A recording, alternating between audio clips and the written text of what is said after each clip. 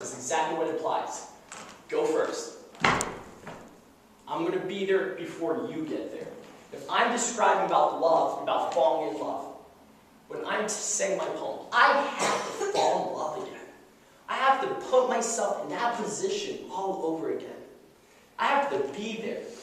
If you're going to try to describe something to someone, should you try to remember it and try to tell them, or should you be there? I can see the sun right there. I'm in the ocean. The waves are crashing down. I can see the jellyfish, the dead jellyfish on the ocean floor. I can see it because I'm there.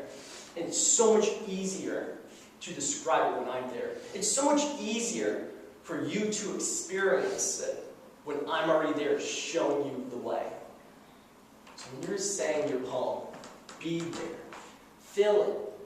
Trance out yourself. It's an engaging process on both parties. It's not something you do to someone. It's something you both create together. And by creating something together, has so much hypnotic properties. You help me to create something. Since we work together, we have that internal bond. We're already linked together. Just by saying a few words to someone, all this stuff happens simultaneously to create that effect, that feeling. Simple. In a way, it's too simple.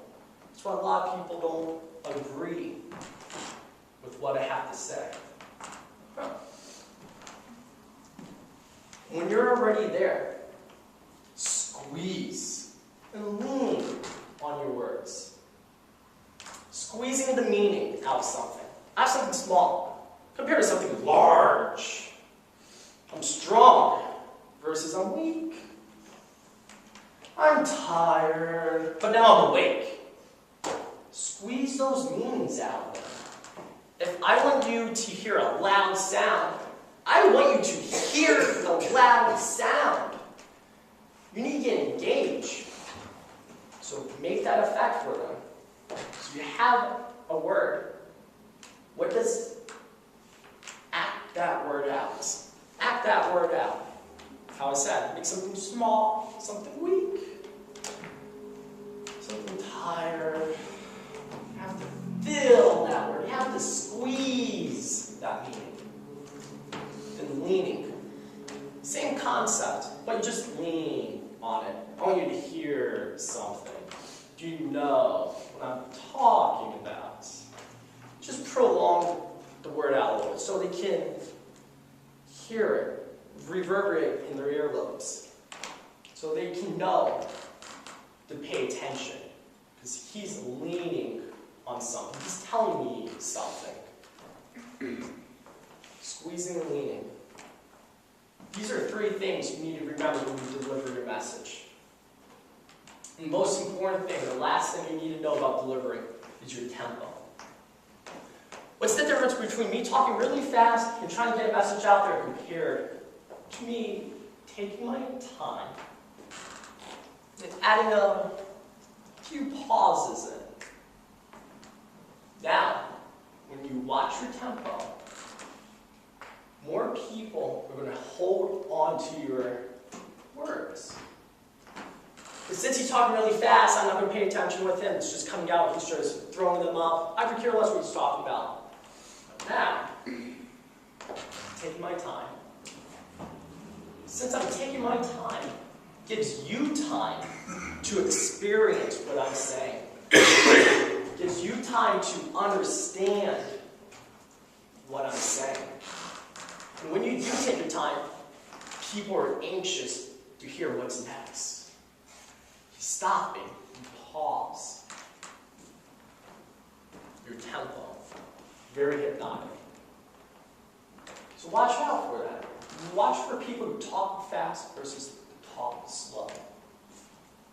And these are the abilities, these are the tools in your arsenal to create a hypnotic poem. If you look at your sheet, I wrote down trance words, I wrote down pre-made phrases. The phrases, you can just plug in right now. A person can't, bam. As you feel like if, compared to just make your own embedded commands. The ones where you see the asterisk next to, have you ever, and what's it like when? Those are the most two powerful pre-made phrases there we have on the list. With these two phrases, the world is your oyster. The world's the sandbox. You can say anything and everything. These set up the scene to say anything in any context for you. Have you ever? And I can say anything in life. Any possibility. Have you ever ate a sandwich? Have you ever felt what excitement was? Have you ever cried before? Same thing with, what's it like when? What's it like when you're late for a test? What's it like when you get an A on a test? Okay. And that's all you have to know. The semantics and the way you deliver it. Semantics, remember, embedded commands and suggestions. Talk with a purpose. Since it's hypnotic poetry, I like to make people fall in love and pay attention to me. That's my intent. You can sit down and write out different things you want, different commands. What do I want to get out of this poem? You can write it down. Then you can look at your transwords and how can I incorporate the commands themselves. And a great way to distinguish your commands versus the actual contents of the poem. Every poem has stanza, the new line. Start a new line with your command. Start a new line, start a new stanza with a command. The stars heavenly fall on you, as you. That's my transfer, as you. New stanza, my command. Fall in love with me. And you continue that stanza. Or you can just say your command, then start a new stanza. And push through. It's a great way to distinguish. There you go.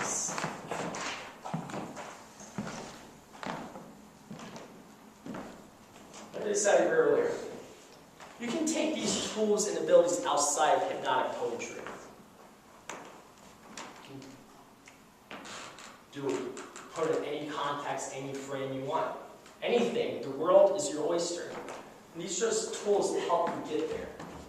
But this purpose is, we're here to create an effect, to create a feeling.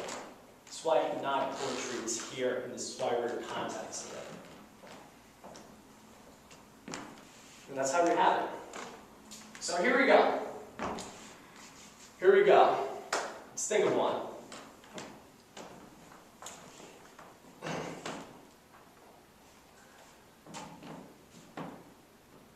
As I walked out earlier today, I saw the heavens in my eyes.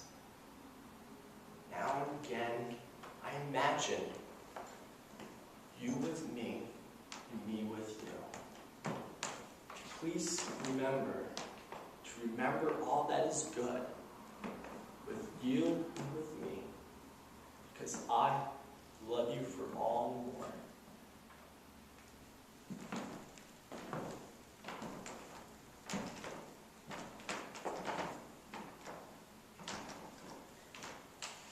I saw the stars today. How could it be to love once more? How can it be to love me and you once more? For I, the stars alone, only love you.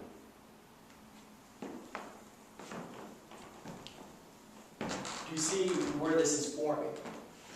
Okay. That's mostly love. Love is a powerful emotion for everyone. You can never go wrong with creating the process of love. Here's a good one. See if you can catch it.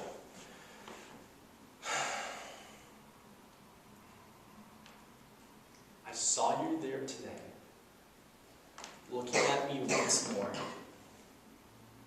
as if you looked into who I am.